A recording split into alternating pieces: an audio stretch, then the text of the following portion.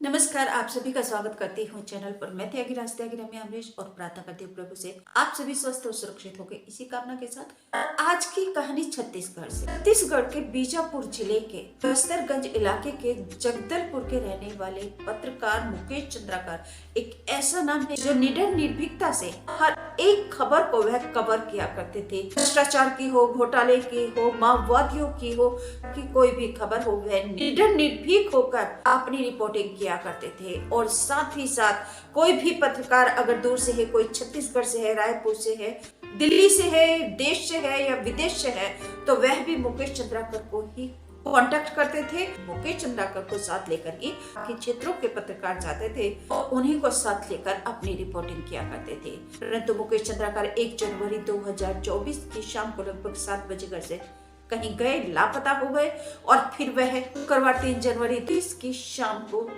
वह मृत मिले।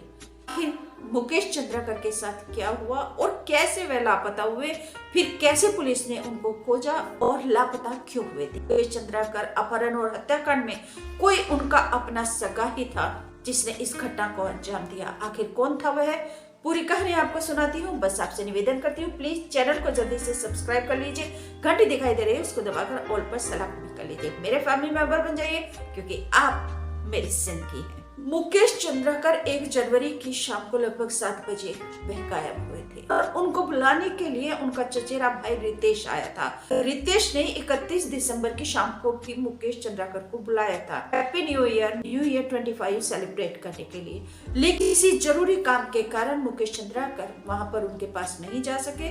तो फिर उन्होंने 1 जनवरी 2025 की शाम को उसको बुलाया। रितेश ने उसको बुलाया था कि हैप्पी न्यू ईयर की पार्टी करनी है, कल नहीं हो पाई तो आज मिलकर बैठते हैं, बातें करते हैं और डिनर वगैरह साथ में करते हैं। और इसीलिए मुकेश चंद्राकर शाम को 7 बजे वह घर से गए थे। रितेश का एक भाई है सुरेश चंद्राकर, उसका वहीं पर एक फार्म है, उसी पर वह मिलते थे और वहीं पर मुकेश चंद्राकर को बुलाया था। मुकेश चंद्राकर जब मिलने के लिए गए तो वह वापस अपने घर पर नहीं लौटे। इसके बाद मुकेश जब घर पर वापस नहीं आए देर रात तक भी, तो उसके भाई ने पुलिस को जानकारी दी। पुलिस ने फिर छानबीन की, परंतु अब पूछे तो पूछे किससे, क्योंकि जो आता था उसमें कोई भी व्यक्ति नहीं मिला।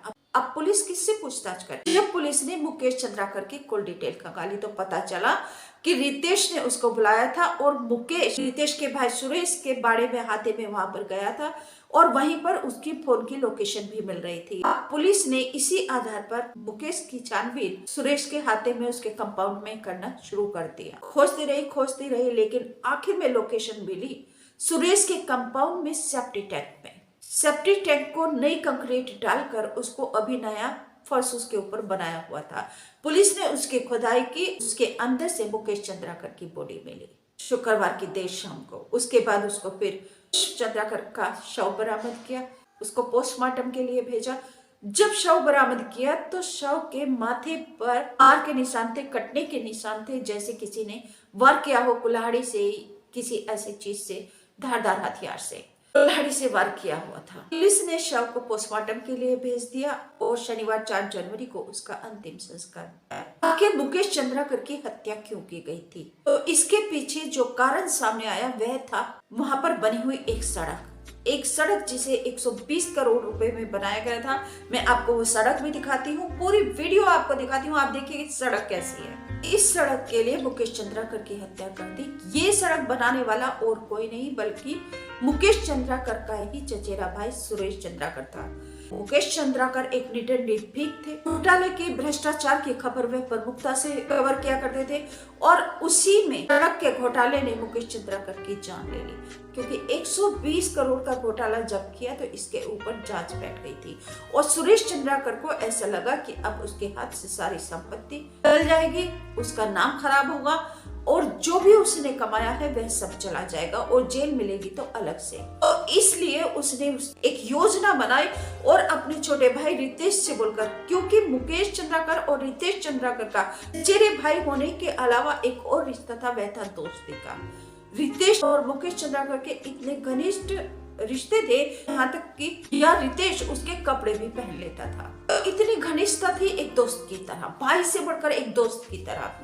तो उसको भी कलंकित किया रितेश ने। और इसका मास्टरमाइंड था रितेश चंद्राकर का भाई सुरेश चंद्राकर। इसने मुकेश चंद्राकर की हत्या में शामिल किया अपने भाई रितेश को, दिनेश चंद्राकर को और अपने मुंशी महेंद्र राम टेके को। और इस घटना को अंजाम देने के लिए और इसकी सजा से बचने के लिए सुरेश ने गेम खेला और वह बीजापुर चला गया पहले ही। उसके बाद रितेश ने मुकेश को बुलाया और मुंशी महेंद्र राम टेके के साथ मिलकर मुकेश की हत्या कर दी, उसका गला दबा दिया। सबने मिलकर, तीनों चारों ने मिलकर मुकेश को घेर लिया, उसके साथ मारपीट की, उसके ऊपर किया कुल्हाड़ी से और फिर सबूत मिटाने के लिए मुकेश चंद्राकर को सेप्टिक टैंक में छुपा दिया। ऊपर से कंक्रीट डालकर सीमेंट भी करवा दिया। नया सीमेंट किया हुआ था कंक्रीट डाल के, जिसे तोड़कर पुलिस ने सेप्टिक टैंक के अंदर से मुकेश चंद्राकर का शव बरामद किया है।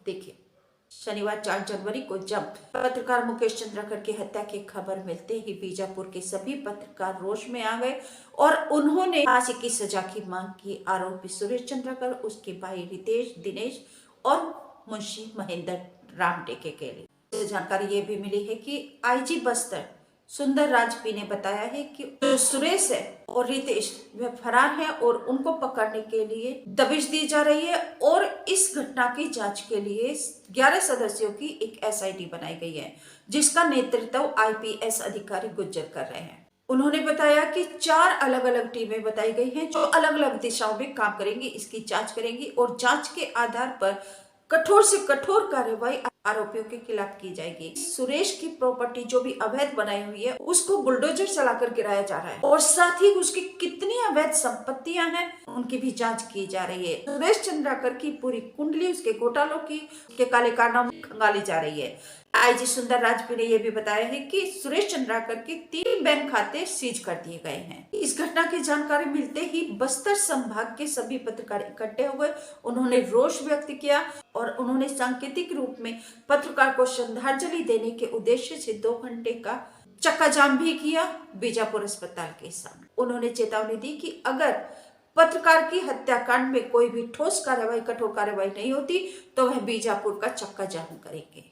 डिप्टी सीएम छत्तीसगढ़ विजय शर्मा पत्रकार के घर गए और वन मंत्री केदार कश्यप और सांसद महेश कश्यप भी पत्रकार मुकेश चंद्राकर के घर पर गए।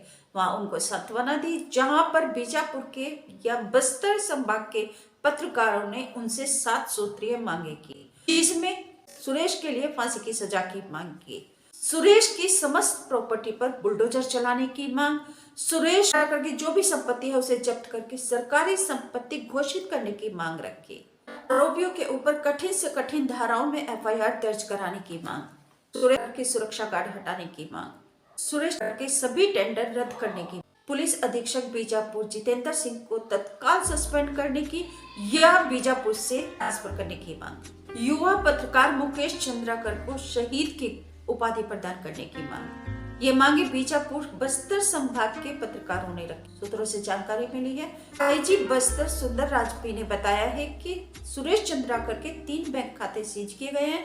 उसकी प्रॉपर्टी पर जिस कंपाउंड में मुकेश चंद्राकर का शव मिला है वह प्रॉपर्टी को बुलडोजर से गिरा दिया गया है। देखिए, उसकी कुंडली खंगाली जा रही है, उसके काले कारनामों की, और सड़क में जो 120 करोड़ का घोटाला हुआ है उसको उजागर करने में आखिर उसने जान क्यों ली, कितना घोटाला किया है, उसके ऊपर कठोर से कठोर कार्रवाई करने का आश्वासन दिया है आईजी सुंदर राजपी ने। ये बताया है रितेश, दिनेश को गिरफ्तार कर लिया गया है और सुरेश की भी आरोपी रितेश को दिल्ली से गिरफ्तार कर लिया गया है। वह बीजापुर के रास्ते रायपुर होता हुआ दिल्ली गया था।